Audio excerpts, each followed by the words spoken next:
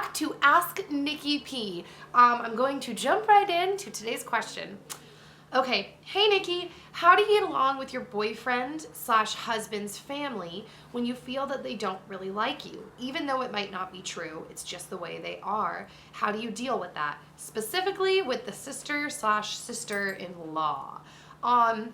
Okay, so I have a friend who has always had this saying about families, and I think it's a really good thing to remember. Well, it's actually her mom who has this saying, and she has said this to me before, just about families and family stuff in general. And the saying is, every family has their own little dance. And I feel like that's a pretty self-explanatory saying, that every family is different and people grow up with different dynamics and they have a history together and it's just different. And I honestly think that unless someone is being super unreasonable and horrible to you, I think that really getting along and involved with your significant other family can just take time, because chances are they probably are going to be really different from you, because you usually tend to be attracted to your opposite, so that means their family is probably going to be kind of opposite from you, or the way you raised. I don't know, that's not scientific, that's just a general statement. So it just takes time, and honestly, in my opinion, relationships take time anyways. It doesn't just happen. You can click with people immediately, and if you click with the family, that's great, but developing a real relationship can take time. So I would try to, look out for yes, their love languages, see how their family expresses love, see how you can help and plug into the family. But also I would kind of just accept the fact that it's going to take time. So keep making efforts, show them that you love them, show interest in them and what they're doing, but know that there's nothing wrong with it taking time, because I think that's just natural. It just does take time.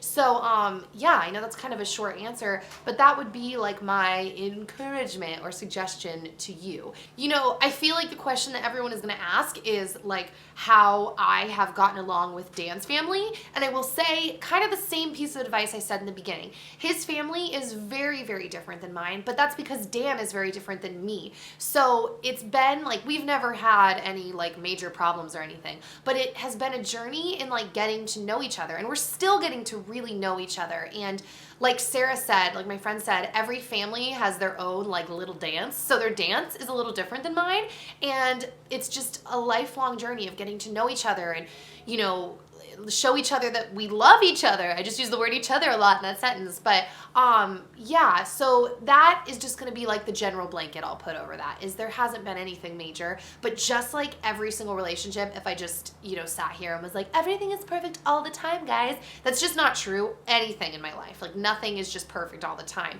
But I have done kind of what I said to you guys has been what I've applied to my own life, is just worked on all of us getting to know each other and show each other that we love each other. Once again, using the word each other a lot. And yeah. Now, if they are being horrible or rude, or you're just not getting along because of snarky comments, that is a separate issue. I would talk to your husband about this. You probably have already talked to him.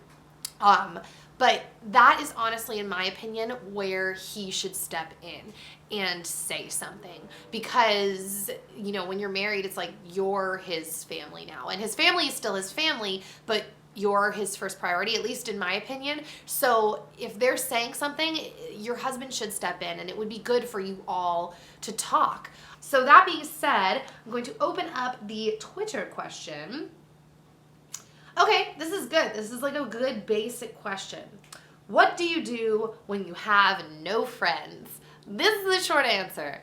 Make friends. That sounds a lot simpler, I know, than maybe it might feel, but I actually think that making friends, if you set your mind to it, can be easy. Not necessarily developing deep relationships, that takes time, but you can start that ball rolling fairly easily. My little brother always says this to my dad. He's Dad, making friends is so easy. But he's kind of right. If you plug yourself into places where the people around you are going to have similar interests, different clubs, different groups, whatever, then it's pretty easy. You just kind of go and you show genuine interest in other people, because other people are really interesting. Like, the life you're living is going to be different than the life everyone else is living. So if you meet people with a genuine interest and you guys have some common ground, whatever it is, I think that making friends can be easy. So that would be my recommendation to you, on what to do if you don't have any friends, is to make some friends and really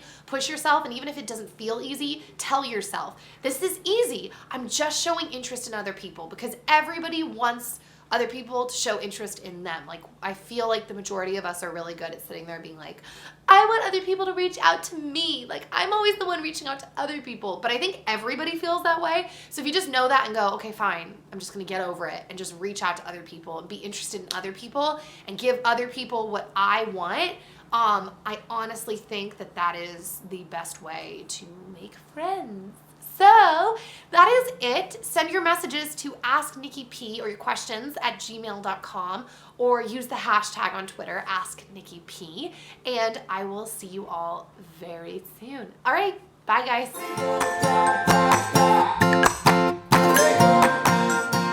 Two things. A, there is actual clinical depression, obviously, and that is something that it cannot just be treated by just willpower, because it's an actual chemical imbalance.